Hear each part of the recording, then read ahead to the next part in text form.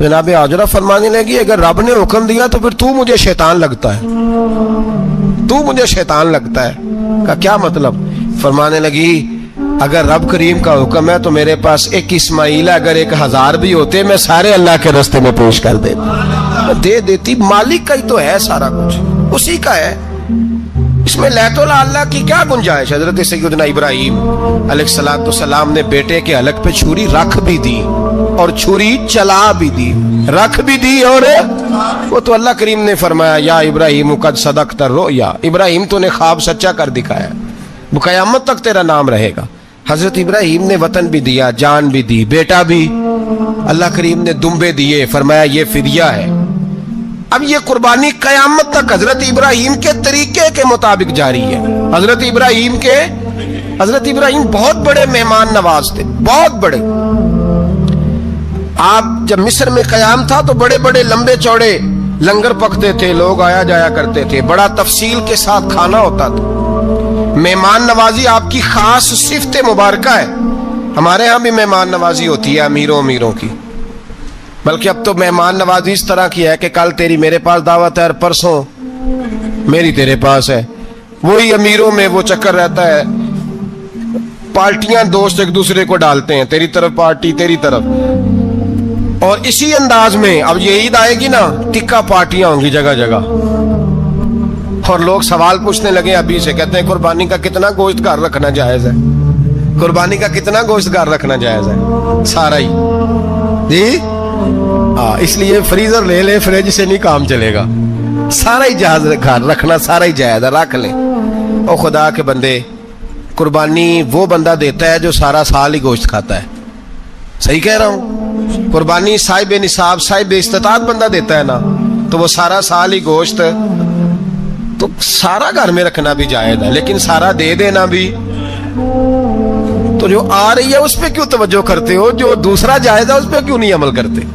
سارا تقسیم کر دیں، بات ختم ہوئی۔ یقین کریں، محرم میں جا کے دوست ٹیلی فون کر کے سوال پوچھتے ہیں، کہتے ہیں صاحب سنا ہے قربانی کا گوشت محرم میں کھانا جائز نہیں۔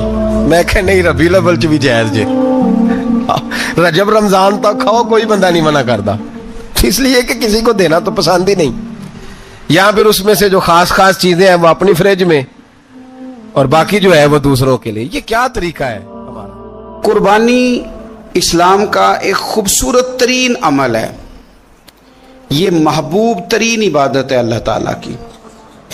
قربانی اپنی فضیلت کے لحاظ سے، عظمت کے لحاظ سے، اپنی بلندیوں کے لحاظ سے دین میں بڑا مقام رکھتی ہے، لیکن ہر چیز کا رنگ روپ بدل دیا جاتا ہے نا، چونکہ قربانی چلی آ رہی تھی حضرت ابراہیم خلیل اللہ علیہ السلام سے، تو اہل عرب جو تھے، مشرکین مکہ، قربانی کا تعارف وہ بھی رکھتے تھے، پر وہ قربانی کی حقیقت کو، قربانی کی حکمت کو، قربانی کے حسن کو، قربانی سے پھوٹنے والی روشنی کو سمجھنے سے ناآشنا تھے۔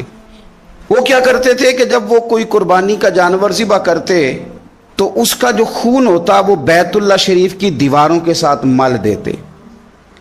قربانی کے جانور کا جو گوشت ہوتا وہ لا کے بتوں کے سامنے رکھتے کہ یہ خون کعبے کی دیوار سے خون ملنے سے اور بتوں کے آگے گوشت رکھنے سے شاید ہماری قبولیت ہو جائے گی، ہم نے جانور ذبح کیا ہے۔ کمال ہے میرے رب کریم کی کتاب کا انداز بھی۔ قرآن مجید مختصر الفاظ کے اندر، مختصر جملوں کے اندر، اجمال کے اندر اتنی بڑی تفصیل بیان کر دیتا ہے کہ انسان کے ذہن کے، دل کے، دماغ کے دریچے کھل جاتے ہیں۔ اللہ کھانے پینے سے پاک ہے، بے نیاز ہے مالک۔ رب کریم نے فرمایا لن ینال اللہ لحومہا، فرمایا ہرگز نہیں پہنچتا اللہ کی بارگاہ میں تمہارا گوشت، ولا دماؤہا، اور نہ ان کے خون، نہ اس جانور کا گوشت اللہ کی بارگاہ میں پہنچتا ہے، نہ خون پہنچتا ہے۔ تو مالک پہنچتا کیا ہے؟ ولیکن ینالہ التقوی منکم، بلکہ رب کی بارگاہ میں تو تمہارے دلوں کا تقوی پہنچتا ہے۔ تمہارے دل میں کیا ہے، تم اپنے رب کی رضا کتنی چاہتے ہو، یہ بات جاتی ہے۔ گوشت اور خون تو یہاں رہ گیا، فرمایا نہ اللہ کی بارگاہ میں خون پہنچ رہا ہے جانور کا، نہ گوشت پہنچ رہا ہے، دل کا تقوی پہنچ رہا ہے۔ معنی کیا ہے؟ کہ جانور خریدتے وقت بھی اپنے دل سے پوچھنے نا تیرا دل کیا کہتا ہے، نیت کس سے جانور تو لے رہا ہے، تیرا ارادہ کیا ہے. اور جب تو ذبح کرے تو بھی اپنے دل پہ توجہ رکھ، تیرے دل میں اس کے لیے کیا ہے، تیرے دل کے اندر تقوی کتنا ہے، اللہ کی رضا حاصل کرنے کا جذبہ کتنا ہے. اور جب تو اس کا گوشت بانٹے تو پھر بھی تیری نظر آنے والے بندے پر نہیں ہونی چاہیے. جس گھر میں گوشت جا رہا ہے اس گھر پر تیری نظر نہیں ہونی چاہیے، بلکہ تیری نظر تو رب کی رضا پہ رہنی چاہیے. اللہ کی بارگاہ میں جو چیز جائے گی وہ دل کا تقوی جائے گا. اپنے دل پر محنت کی جائے، دل کی خواہشات، دل کی نیتوں کو، ارادوں کو صحیح کیا جائے. ایک آیت نے سارا فلسفہ بیان کر دیا کہ نہ وہاں خون جاتا ہے نہ گوشت جاتا ہے، وہاں تو تمہارے دل کا تقوی جاتا ہے. تو جس چیز نے وہاں جانا ہے اس پر زیادہ توجہ ہونی چاہیے تھی، اس کا زیادہ خیال ہونا چاہیے تھا. یہ فلسفہ ہے قربانی کا کہ آپ کی نیت کیا ہے، کسی کام کے لیے آپ کا ارادہ کیا ہے. ہمارے ہاں قربانی کے ساتھ جس طرح جانور منسلک ہے نا، کہ قربانی میں جانور ہونا بڑا ضروری ہے اور قربانی کے لیے پیسے ہونا بڑا ضروری ہے، اسی طرح قربانی کے اس سارے سیزن کے اندر کسائی کا بھی بڑا رول ہے، اس کا بھی ایک بڑا کردار ہے. وہ بھی بڑی اہمیت کی حامل پرسنالٹی ہے ان دنوں میں. اور پہلے سے بڑے سارے معاملات ہیں، اور اس دن کسائیوں کے جو معاملات ہیں ان کی جو بھاگ دوڑ ہے وہ بھی ایک پوری داستان ہے. چونکہ بہت ساری جگہوں پہ انہوں نے جانا ہوتا ہے اور جہاں وہ بیٹھے ہوتے ہیں ان کو بھی کافی جلدی ہوتی ہے کہ جلدی سے جانور ذبح ہو جائے، جلدی سے گوشت بن جائے. اور جس جگہ انہوں نے بعد میں جانا ہوتا ہے ان کے بھی 15 فون آ چکے ہوتے ہیں. تو وہ جو خاص اسلام حکم دیتا ہے اس موقع پر، اور نبی پاک علیہ الصلوۃ والسلام کی جو خاص نصیحتیں ہیں اور حضور نے جو خاص احتیاطیں بتائی ہیں وہ احتیاطیں پوری نہیں ہوتی. دیکھیں آپ اس فلسفے کو سمجھیں کہ قربانی کی تعریف یہ ہے کہ مخصوص جانور مخصوص وقت میں اللہ کی رضا کے لیے ذبح کرنا ہے، اللہ کی رضا کے لیے. اب یہ نہیں ہے کہ آپ نے فٹافٹ آؤ دیکھا نہ تاؤ دیکھا، جس طرح کی چھری آپ کو مل گئی جس طرح ہو سکا بس اس کو مار دینا ہے. اسے ذبح کرنا ہے اور اچھے طریقے سے کرنا ہے. یہ حدیث آپ کو سیاستہ میں ملے گی، مسلم شریف میں ملے گی، ابو داؤد شریف میں ملے گی. حضرت شداد بن اوس رضی اللہ تعالیٰ عنہ حدیث کے راوی ہیں. نبی پاک صلی اللہ تعالیٰ علیہ وسلم نے فرمایا احسان کرنا اللہ نے فرض کیا ہے ہر چیز پر. مالک نے ہر چیز پر احسان کرنا فرض کیا ہے. تو فرمایا جب تم ذبح کرو تو اچھے طریقے کے ساتھ ذبح کرو، چھری کو تیز کرو، اور فرمایا ذبح ہونے والے جانور کو آرام پہنچاؤ. اچھے طریقے سے ذبح کرو، چھری تیز ہو، اسے آرام ہو، اسے تکلیف نہ پہنچاؤ. اچھے طریقے سے ذبح کرو، اسے ٹھنڈا ہو لینے دو، پھر اس کی کھال اتاری جائے، تھوڑی احتیاط کی جائے، اچھے طریقے سے چیزوں کو لیا جائے. آپ دیکھیے حضور ایک بات کرتے ہیں لیکن سوچ کے دھارے بدل کے رکھ دیتے ہیں. رسول کریم صلی اللہ تعالی وسلم گزر رہے تھے تو ایک شخص نے بکری کے پہلو پر پیر رکھا ہوا تھا اور وہ چھری تیز کر رہا تھا. یعنی بکری کو اس نے گرایا ہوا ہے، لٹایا ہوا ہے اور پہلو پر پیر رکھا ہوا ہے اور ساتھ ساتھ وہ چھری تیز کر رہا ہے. تو نبی پاک صلی اللہ تعالی علیہ وسلم نے کیا خوبصورت بات ارشاد فرمائی. حضور علیہ الصلوۃ والسلام فرمانے لگے تم اسے 2 موتیں دینا چاہتے ہو، دوہری تکلیف میں گویا تم مبتلا کرنا چاہتے ہو، اس کے سامنے ہی تم چھریاں تیز کر رہے. حضور فرمانے لگے 2 موتیں دینا چاہتے ہو، چاہیے تھا کہ پہلے سے یہ سارے اوزار تمہارے تیار ہوتے تو اس دن کسی ایمرجنسی کا شکار نہ ہو. 3 دن شریعت نے اسی لیے تو رکھے تھے، اسی لیے تو وقت رکھا تھا. آپ اس طرح کا کوئی ماحول نہ بنائیں جس سے جانور کو بھی تکلیف ہو، اذیت ہو. میں نے کہا کہ میرے کریم فرماتے ہیں رب نے ہر چیز پر احسان کرنا فرض کیا ہے. اچھے طریقے سے ذبح کریں، چھری کو تیز کریں، جانور کو آرام پہنچائیں. یہ پاک سید عالم صلی اللہ علیہ وسلم نے ہمیشہ قربانی فرمائی، ہمیشہ. آج تو حضور نے ایک فرمایا، اللہ ہم سب کو حج کی توفیق عطا فرمائے اور بار بار حج کی توفیق دے. صحابہ نے 40 حج فرمائے ہیں، 50 حج فرمائے. حضرت فضیل بن عیاض نے 60 حج فرمائے. اللہ توفیق دے، قبول فرمائے اور اللہ سب کو بار بار وہ موقع نصیب فرمائے. تو نبی پاک صلی اللہ تعالی علیہ وسلم نے حج ایک فرمایا, قربانی حضور جس دن مدینے آئے اس وقت شروع فرمائی, اور ہر سال حضور قربانی دیتے تھے, ہر سال 2 جانور ذبح فرمائے. یا رسول اللہ صلی اللہ تعالی علیہ وسلم 2 کا کیا مقصد فرمایا؟ ایک میری طرف سے, ایک میری غریب امت کی طرف سے. یا رسول اللہ صلی اللہ علیہ وسلم کس طرف سے فرمایا؟ ایک میری طرف سے, ایک میری امت کی طرف سے. کبھی فرمایا ایک میری طرف سے, ایک میرے اہل بیت اور میری امت کی طرف سے. 2 جانور حضور نے ذبح فرمائے.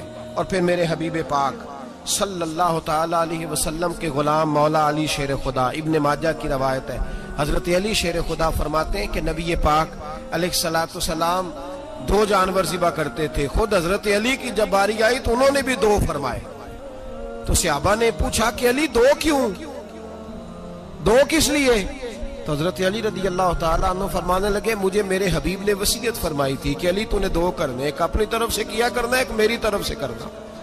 تو میں ایک اپنی طرف سے دیتا ہوں, ایک اپنے نبی پاک کی طرف سے دیتا ہوں صلی اللہ علیہ. 2 جانور. آپ لوگوں نے سنی ہوئی ہے یہ بات کہ مہینہ مہینہ کھانا نہیں پکتا تھا حضور کے گھر میں. حضرت عائشہ فرماتی ہیں 3 چاند اور 3 سورج کٹھے کبھی نہیں دیکھے جب ساتھ روٹی بھی کھائی ہو, یعنی 3 دن مسلسل کبھی کھانا نہیں کھایا. قربانیاں کتنی دی بولیے؟ حضرت علی شیر خدا کا مکان کوئی نہیں اپنا, کوئی گھر نہیں بنایا. مولا کائنات شیر خدا, میں نے یہ بات پھر دوہرا رہا ہوں, پہلے بھی میں نے عرض کی تھی, پکا کرنے کے لیے دوہرا رہا ہوں. حضرت علی کا کوئی کاروبار نہیں بظاہر. بی بی صاحبہ فرماتی ہیں کہ کئی ہفتے صرف سرکہ اور کھجوریں. قربانیاں کتنی؟ اسی سارے صاحب لان ٹورے ہیں کہ ساڑھے تے لگ دیئے کہ نہیں, پکا. اور پھر جب بات ہوتی ہے دینے کی تو ماحول اور ہوتا ہے, جب لینے کی باری ہوتی ہے تو ماحول اور ہوتا ہے. قربانی واجب ہے اس شخص پر جس کے پاس 52.5 تولے چاندی یا 7.5 تولے, لیکن میں 7.5 تولے والا فتویٰ نہیں دیتا, میں 52.5 تولے چاندی والا فتویٰ دیتا ہوں. اس لیے کہ 52.5 تولے چاندی تو شاید تولہ یا 1.5 تولہ سونے کے برابر ہی ہو جائے, ٹھیک ہے نا جی. تو 7.5 تولے سونا 50-60 ہزار روپیہ جس آدمی کے اکاؤنٹ میں موجود ہے وہ قربانی کرے. بلکہ امام شافعی رحمۃ اللہ علیہ فرمایا کرتے تھے جس نے 3 کمروں کو تالا لگایا ہوا ہے وہ 3 کمرے فارغ ہیں, اس کے کسی کام کے نہیں, ان کی قیمت کا حساب لگائے. چھت پہ سٹور بنا دیا ہے, کوئی مطلب نہیں اس کا, اور جو ویسے رکھی ہوئے ہیں کوئی معنی ہی نہیں کمرے کا. فرماتے تھے حساب لگائے, قربانی کرے. رب کریم کی بارگاہ میں دینے کا جب معاملہ آیا تو گول کر گیا کام. میرے رسول کائنات سرور عالم صلی اللہ علیہ وسلم کا جب اپنے لیے چیزیں استعمال کرنے کا ماحول ہے تو محبوب پاک علیہ الصلوۃ والسلام نے مہینہ مہینہ روٹی نہیں پکائی. یہاں جو آدمی ہر جمعرات کو 4 کلو بکرے کا گوشت پکاتا ہے اور ہر تیسرے دن مرغی کا گوشت لاتا ہے, وہ قربانی کی باری آتی ہے تو کہتا ہے میرے پہ لگتی نہیں. وہ ٹھیک ہے ابا جی لے آئے, ابا جی کی طرف سے قربانی ہے, اس دفعہ ابا جی کی, اگلی دفعہ اماں جی کی, اس سے اگلی دفعہ دادی جی کی. او خدا کے بندو, جس آدمی کے پاس پیسے ہیں پہلے اپنی قربانی واجب ہے. میری بات کی سمجھ آ رہی ہے عزیزوں کو؟ جو آدمی صاحب استطاعت ہے پہلے کس کی قربانی کرے گا؟ وہ کمائی کرتا ہے, اس کے اپنے اکاؤنٹ میں تنخواہ آتی ہے, ابا جی کے اکاؤنٹ میں نہیں آتی. اس نے اپنا بینک بیلنس چوری بھی رکھا ہوا ابا جی سے. پہلے اپنی قربانی کرے, اگر اس کو شوق ہے, دل کرتا ہے تو ایک اور خریدے, پھر ابا جی کی طرف سے کرے. اگر اللہ نے توفیق دیا تو ایک اور خریدے, اماں جی کی طرف سے کرے. اور اگر اس کے دل کو اللہ ٹھنڈک عطا کرے, سکون کرے, تو پھر اپنے رسول کی طرف سے بھی قربانی دے, پھر اپنے محبوب کی جانب سے بھی قربانی کرے. نبی پاک صلی اللہ تعالی علیہ وسلم نے ہر سال 2 قربانیاں دی, 10 سال. کل کتنی ہوگی 10 سالوں میں بولیے؟ اور جب حضور حج کرنے گئے نبی پاک نے 63 اونٹ ذبح فرمائے. ایک اونٹ میں کتنی قربانیاں ہوتی ہیں؟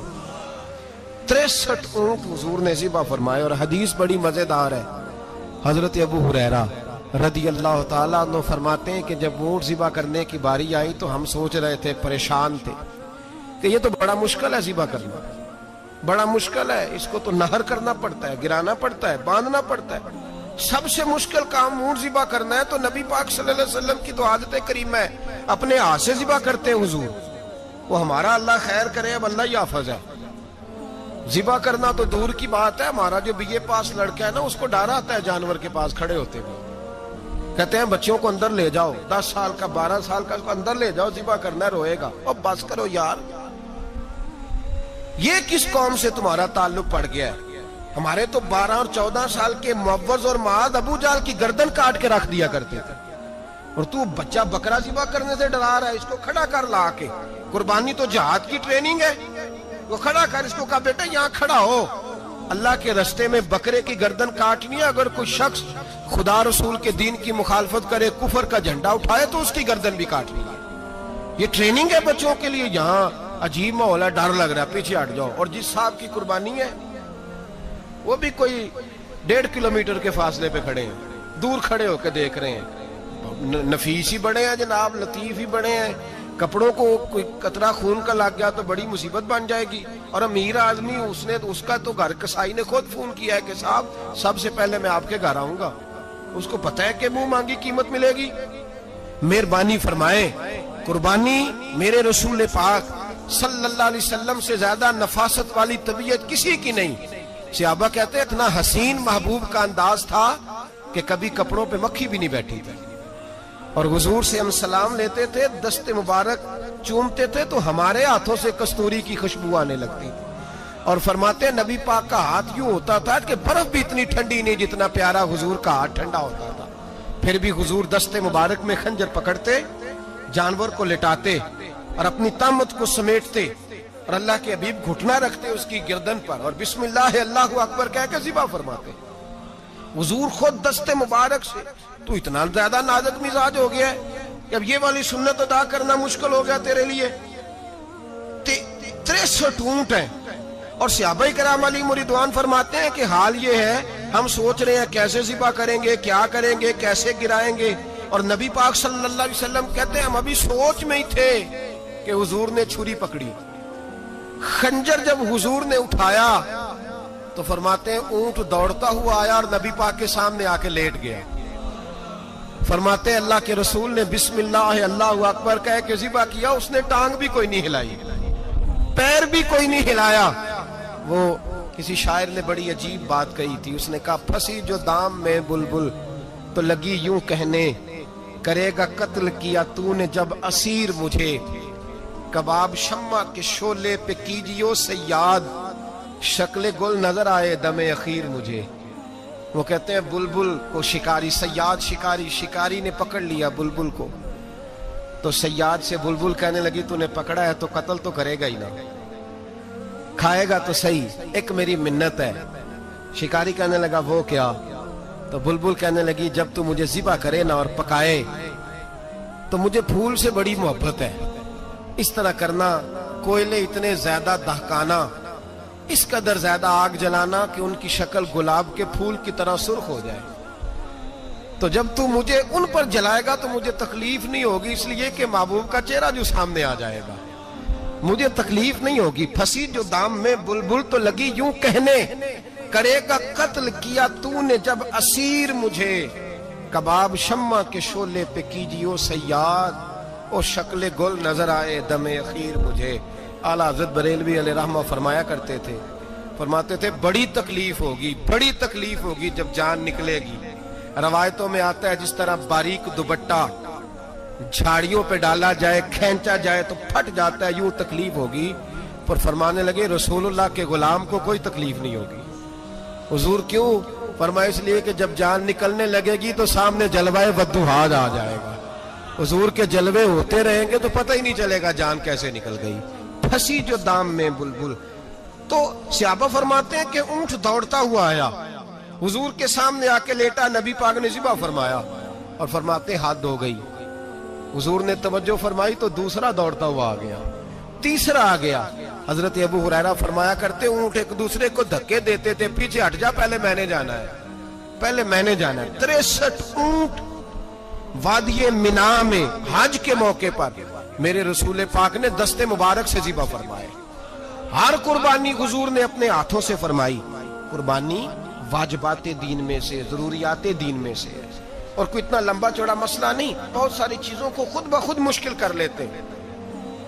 ٹی وی پہ خبر آتی ہے فیصل آباد کے 2 بیل ہیں، بھولو اور ڈولو، پتہ نہیں کتنے من ان کا وزن ہے. ان سے پوچھا جا رہا ہے کہ بھولو ڈولو کھاتے کیا ہیں؟ تو کہتے ہیں بادام کھاتے ہیں، مکھن کھاتے ہیں.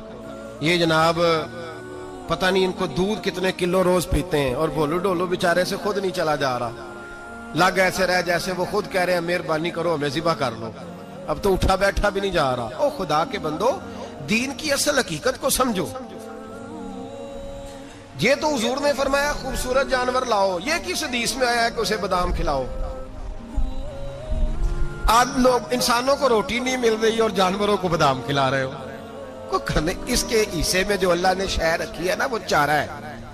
اس کو چارہ کھلاؤ اور اچھے طریقے سے پیٹ بھر کے کھلاؤ. جانور کو پیٹ بھر کے چارہ کھلایا جائے تو جتنی اس کی طبیعت ہوتی ہے اس حساب سے وہ صحت مند ہو جاتا ہے. باقی یہ تو آپ کسی شخص کو اتنا کھلا دیں کہ اس کا پیٹ اتنا بڑا ہو جائے، پھول جائے، تو وہ بیچارہ تکلیف میں آئے گا کہ نہیں آئے گا؟ یہ کس قسم کا ماحول ہے؟ ایک بکرا بکا لاہور میں اور سیٹھوں نے شرطیں لگائی ہوئی ہیں، میں 5 لاکھ کا لایا ہوں تو میں 9 لاکھ کا. یہ کیا چکر ہوا؟ مجھے اتنا کھلایا جی اس کو فلاں چیز. یہ کس نے کہا ہے کھلانے کا؟ بادام کھانا کس حدیث میں آیا؟ کس صحابی نے اپنے بکرے کو بادام کھلائے؟ کس نے مکھن کھلایا؟ کس نے پیڑے کھلائے؟ بس کرو. عجیب تماشا لگ گیا. اور یہاں تو اتنی بری حالت ہو گئی ہے کہ عورتیں ناچنے لگی ہیں قربانی کے جانوروں کے آگے، بیبیاں بیچنے لگی ہیں. اللہ کے غضب کو آواز نہ دو. یہ قربانی ہے کہ ہر چیز کا، مذہب کی ہر شے کا مذاق بنا دیا ہے. جس دین نے عورت کی اپنی قربانی بھی ہو تو اس کو ذبح کرنے کی اجازت نہیں دی، مرد ذبح کرے گا. جو دین کہتا ہے کہ عورت ذبح نہیں کرے گی وہ عورت بیچ سکتی ہے اللہ کے جانور. یہاں جس کا میں نے رمضان میں بھی کہا تھا، پھر بات دہراتا ہوں، سارا سال ناچتے گاتے ہیں اور عید کا موقع آتا ہے تو 2-4 مولوی بٹھا کے وہ دین سکھانا شروع کر دیتے ہیں. کوئی پتہ ہی نہیں، کوئی خبر ہی نہیں. جس بوتل میں کل تک شراب بک رہی تھی اسی میں دودھ پلاؤ گے؟ جس برتن میں کل تک پیشاب تھا اس میں آج لوگوں کو شہد پلاؤ گے؟ بس کرو، یہ مذاق نہیں، یہ رسول اللہ کا دین ہے. نبی پاک سید عالم صلی اللہ تعالی علیہ وآلہ وسلم نے کوئی ذمہ عورت کے کوئی چیز نہیں لگائی ایسی جس میں اسے مردوں کے ساتھ شامل ہونا پڑے. اور عورت سمجھ نہیں رہی کہ یہ اس کی تذلیل ہے، عزت نہیں. صابن بک رہا ہے تو ساتھ بی بی کھڑی ہے، شیمپو بک رہا ہے تو عورت اس کی جو ہے وہ ایڈ دے رہی ہے. یہ عزت ہے عورت کی؟ رسوا کر دیا تم نے ہر شے میں عورت. اب قربانی کا جانور بھی بی بی بیچے گی؟ غیرت کہاں گئی اس قوم کی؟ میرے رسول پاک سرور دو عالم صلی اللہ تعالی علیہ وسلم کو کسی نے آ کے کہا فلاں قبیلے کے لوگوں نے عورت کو سربراہ بنایا ہے، عورت کو آگے لگا لیا. فرمایا تباہ ہو گئے وہ لوگ، انہوں نے عورتوں کو اپنے آگے پیشوا بنا لیا. جس رب نے عورت کو نبوت نہیں دی، امامت کرنے کا حق نہیں دیا، کس چکر میں لوگ پڑ گئے؟ 5 لاکھ کا جانور کس لیے لائے ہو؟ 5 لاکھ کا تفاخر کے لیے، دکھانے کے لیے؟ تو اگر 50,000 کا 60,000 کا بھی جانور لاتا تو اچھا آ جاتا. اور 50,000 کا جانور لائے تو 5 لاکھ میں کتنے آتے ہیں؟ بولے تو 10 جانور ذبح ہوں گے تو کتنے غریبوں تک گوشت جائے گا؟ کتنے گھروں کا بھلا ہوگا؟ ہر چیز کا چکر الٹا کر دیا گیا ہے. اور صرف حج کے لیے ہوتی تو میرے رسول پاک ہر سال قربانی نہ کرتے، اور میرے نبی پاک قربانی دینے کا حکم. ایک اور بات بڑی لوگ پوچھنے لگے، کہتے جی گائے کی ہوتی ہے، بھینس کی بھی ہوتی ہے کہ نہیں؟ چلو جی اب نئی بات نکل آئی. حدیث پاک میں لفظ آیا اونٹ کا. نبی پاک نے فرمایا بکرا 1 سال کا، گائے 2 سال کی، اونٹ 5 سال کا. حدیث میں لفظ آ گیا اونٹ کا. آپ کو بندہ کہے پہلے بتائیں نر کا کہ مادہ کا، تو میں کدھر سے آپ کو حدیث نکال کے دوں جس میں نر بھی اور مادہ علیحدہ علیحدہ ہو؟ حدیث پاک میں ذکر آ گیا دمبے کا، مینڈے کا. اب باقی جو سارے جاگ رہے ہیں نا، اب غور فرمائیں، باقی ایک بکرا ہے، ایک چترا ہے، ایک دمبا ہے، ایک دیسی بکرا ہے، ایک پہاڑی بکرا ہے، تو علیحدہ علیحدہ لفظ کہاں سے نکال کے دیے جائیں؟ یہ ساری انواع ہیں، اقسام ہیں، نوع ہیں. اسی طرح بھینس بھی گائے کی ایک قسم ہے.